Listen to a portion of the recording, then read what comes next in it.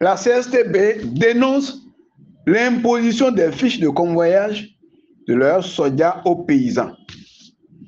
Dans un élément du journal télévisé sur la SRTB, la directrice départementale de l'industrie et du commerce du Zoué et des collines, Madame Rachidat Adégoké, lors de la campagne de sensibilisation des producteurs du soja pour la commercialisation du soja, a déclaré, je cite, « Il est important de notifier que les producteurs doivent prendre à chaque mouvement de produit une fiche de convoyage qui est gratuite au niveau des services de douane, même quand le producteur veut sortir le produit du champ ou la maison. Si c'est un sac, il est obligatoire que ce producteur prenne une fiche de convoyage. Elle est gratuite contre 0 francs. » Fin de citation. C'est suffisamment grave. Cette décision du gouvernement est suicidaire pour nos producteurs. Le paysan ne peut plus prendre 10 kg de graines de soja produits pour vendre le jour du marché ou vendre auprès de la vendeuse du fromage fabriqué à base du soja de son village pour nourrir sa famille, payer les soins urgents ou les frais de scolarité de son enfant renvoyé lors des devoirs surveillés.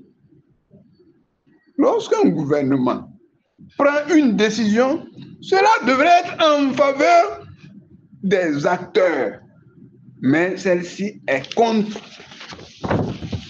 le producteur de soja. Un paysan petit producteur de soja ne peut pas attendre la vente en coopérative pour subvenir à ses besoins. Nous ne sommes pas dans un pays développé où de grands producteurs organisés en coopérative utilisent des fiches de convoyage de leurs produits. Parce que là, lorsque les gens veulent déplacer leurs produits de leur champ à l'usine ou de quelque part, ils utilisent les fiches de convoyage. Ici, c'est différent. C'est très compliqué pour un petit producteur qui risque de mourir de faim ou de maladie avec sa famille. En période de difficultés financières, le producteur d'ananas, d'orange, de maïs, de haricots, etc., envoie au marché une petite quantité de sa production juste pour avoir de quoi faire la sauce, acheter de médicaments ou de l'essence pour aller à la ferme en attendant la vente en gros. Ça, beaucoup d'autorités administratives et politiques de notre pays le savent, car issus pour la plupart de familles paysannes. Pourquoi alors empêcher les producteurs de soja de vendre leurs produits? À qui profite une telle décision? Les producteurs de soja sont bloqués et peuvent mourir de faim ou de maladie. C'est vraiment grave. Et plus grave, on demande aux producteurs à 90% analphabètes d'aller prendre une fiche de convoyage au niveau des services de douane avant de convoyer son produit du champ pour la maison, au risque de se voir saisir son produit, aggravant ainsi ses conditions de vie. C'est impossible.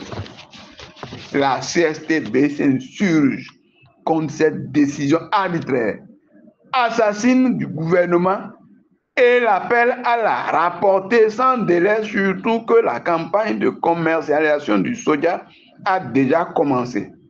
Elle invite tous les producteurs de soja, ou non, c'est tous les producteurs du pays qui sont concernés, du nord au sud, de l'est à l'ouest, à s'unir pour dire non à cette décision antisociale, esclavagiste et assassine.